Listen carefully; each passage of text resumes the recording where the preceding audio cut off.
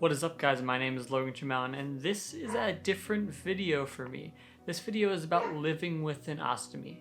Just last Thursday I had a major intestinal surgery, and with this came a temporary ostomy. An ostomy bag is basically a bag that is on the outside of your stomach that connects to your large bowel or your small bowel. And for me, it's connected to my small bowel, so technically I have an ileostomy, but they're basically the same thing. In this video, I want to cover some things that I've learned, some things that you might want to mentally prepare for, physically prepare for if you are getting an ostomy, and then just go through a bunch of things I've been learning about it and a bunch of tips and tricks that I've been adopting to allow my body and my life just to be a lot easier with an ostomy, because looking at pictures, looking at information online, it can be very scary. And now that I have one, and I've kind of overcome that initial hurdle and I've adopted it into my life, I'm really figuring out how I can make it work, and I'm really figuring out how I can live a completely normal, happy, healthy life with an ostomy. A few major things that you should know is that you can do anything you can with an ostomy that you can without an ostomy. There's nothing stopping you from being able to swim, being able to shower, being able to run, being active, being able to bike, eating normal foods, doing everything in life. There's nothing stopping you. The ostomy is just a way to allow your stomach to heal, or just allow your body to work a little bit differently. For me, temporary ostomy, it is being used as a tool to allow the rest of my intestine to heal over the course of the next 6 months, and then they will reverse it and the bag will be off of me. There are also a lot of people out there, and this may be your situation, where the ostomy is forever and you'll be living with this for the rest of your life. And it is completely doable, and you can completely live an absolutely normal life. When it comes to getting the ostomy, the surgery, my surgery was kind of crazy. If you want to see that video and the whole vlog of me getting the surgery and recovering through the hospital, you can click that in the top right now. My stomach was extremely messed up. So my surgery, my health was a lot worse than it is for most people. Over the course of the last 4 months, I've lost 50 pounds. I basically lost every piece of muscle and fat on my body, and I was really withering away. I was losing blood. It was a long story, and if you want to see more, check out that video. When I went into the hospital, it wasn't just a matter of getting an ostomy. It was a matter of trying to save my life. I wasn't on death row by any means, but I was very low. And right now, even getting out of bed, like today, showering, like a lot of this stuff is hard for me. So the ostomy surgery itself, to be honest, for me, it went very smoothly. The first 2 to 3 weeks after your ostomy surgery, you really need to take it easy. You need to take it slow. You need to slowly introduce things. You need to stick to a low residue diet, and that's actually something I had a big problem with. A low residue diet is basically avoiding a lot of high fiber foods and sticking to like things like rice and meats, and that's basically all I'm doing, because in the hospital they recommend you eating cereals and sugars and all this stuff to get your vitamins. But I'm a healthy person. I used to eat 100% plant-based. I generally run a lot, I generally work out a lot, and I'm normally a super healthy, fit, strong individual. When the nutritionists come in and I'm so interested, I'm so ready to get better, and they tell me I need to eat like this crap food and I can't eat vegetables, it was a mental battle. And then doing more research after getting out of the hospital, I just literally got out of the hospital 4 days ago, I realized that just the low residue diet is extremely important for the first 2 to 3 weeks after surgery, because your body's healing. As much as I didn't want to do that, and as much as I just want to jump right into eating plants again, it's not the best thing for me right now. I need to stay away from vegetables. I need to stay away from that stuff, let my body heal, just take it easy, and then eventually I can slowly start incorporating healthy foods back into my diet. The best things that I have found to work for the low residue diet are things like bananas and applesauce, turkey burger and chicken, yogurts and pastas, and peanut butter and potatoes.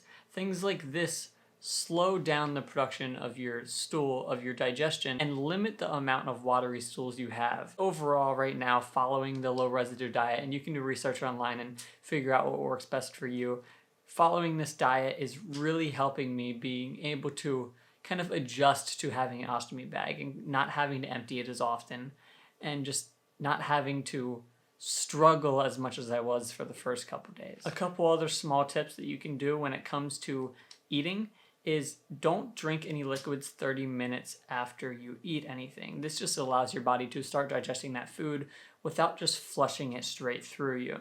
Another thing is eat smaller meals, and instead of eating 3 big meals a day, eat 5 to 6 smaller meals every 3 to 4 hours.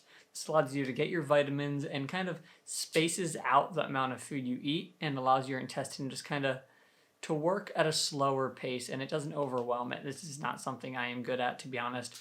I really tend to eat a lot for breakfast, lunch, and dinner right now. It's something I'm working on, but it's all about just trying to figure out what works best for you. The best thing that I've been doing that's allowing me to sleep the best at night is, one, kind of eat a smaller meal for dinner, but make sure I eat dinner early so I kind of get the digestion process under the way, so by the time I get in bed, I'm kind of over with that. And then once I get in bed, I've been setting an alarm on my phone for every 3 hours. This just allows me to get up, check the bag, make sure it's not full, because if it gets full, then you might have a leak, and then that's an even bigger problem. So I've just been getting up every 3 hours and emptying the bag, and then just going right back to bed. A few other tips that I have are to get a kidney belt. It's kind of a thing that goes around and supports the bag up, so it's not like pulling down, and then you don't need to worry about putting the bag in under your waistband, and that would like limit the amount of stool that the bag can actually take in. I actually purchased 3 of these. I didn't get them yet. And last but not least, one big tip that I am definitely going to start implementing once social distancing isn't as important is carrying an emergency kit around. Make sure you carry an extra bag around and extra supplies to replace your bag when you're not home, because the last thing you want is to get a leak when you're not home and you can't change it. So carrying a little kit around is just a lifesaver if you get into that situation.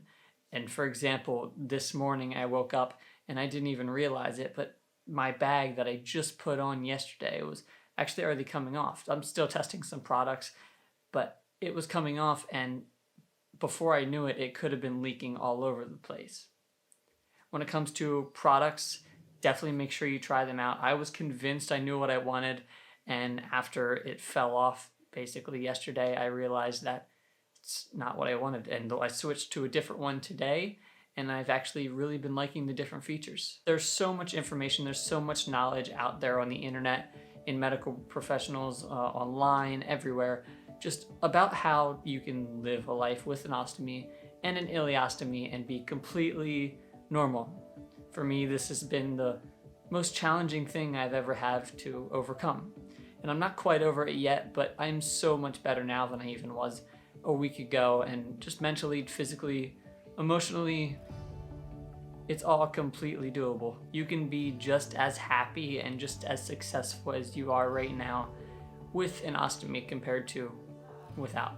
3 weeks ago, it was extremely scary, and today it's a reality, and it's something I've already overcome. As crazy as the last 4 months of my life have been, I'm extremely grateful of where I'm at right now, and I'm extremely optimistic for the future. If you guys are interested in learning more about me, if you're interested in following along with my recovery and my journey and seeing what I'm doing, make sure you follow me on YouTube. If you want to support me personally, you can go to my website, which is linked below, and buy some merchandise, Pursuit brand clothing.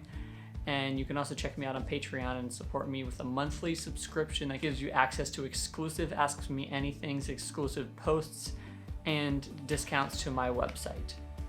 Thank you guys so much for watching. It truly means the world to me. This video is different, but I want to make sure that I'm sharing the value that I've been kind of taking in and learning and experiencing in my life right now. Your guys' support means the literal world to me. The video that I just posted about my story in the hospital and my surgery and my sickness and all of that is doing insane. It's definitely the best piece of video, best piece of film, whatever I've ever created, and I can't show my appreciation enough. For those of you who are still watching, I really appreciate you. If you're going to support me by buying clothing, make sure you use the code HAPPY. It gives you 10% off everything on the website right now. I really appreciate you guys. Thank you so much for watching. I'm going to be creating a ton of videos now that I have so much time on my hands, so much energy in my mind and my body now. And I will see you in the next video. See ya.